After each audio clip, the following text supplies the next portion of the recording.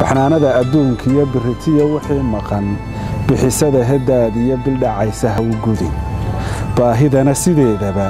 nafta lagu bilkeeday waxba bahalo ha u cuni baaxaadagiis iyo waayaha isbedelaya adoo bari ku tala galay boqox yaani kula qaban maalin aad u ba'an oo boqor lay surtaagiyo baxar baa dambeeye camal lagu badbaadiyo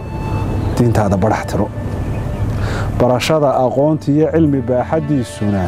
buuraha dushoodiyo badda mawjadeediyo waa hirar bidhaamo nin buraashad dhaansaday kama goosan baarkoo kama bogan wax sheeg iyo baahida aqoontee intan buugga lagu qoray ama bila lagu dhigay ha ka dhigan bardaankii buuxinayay garashada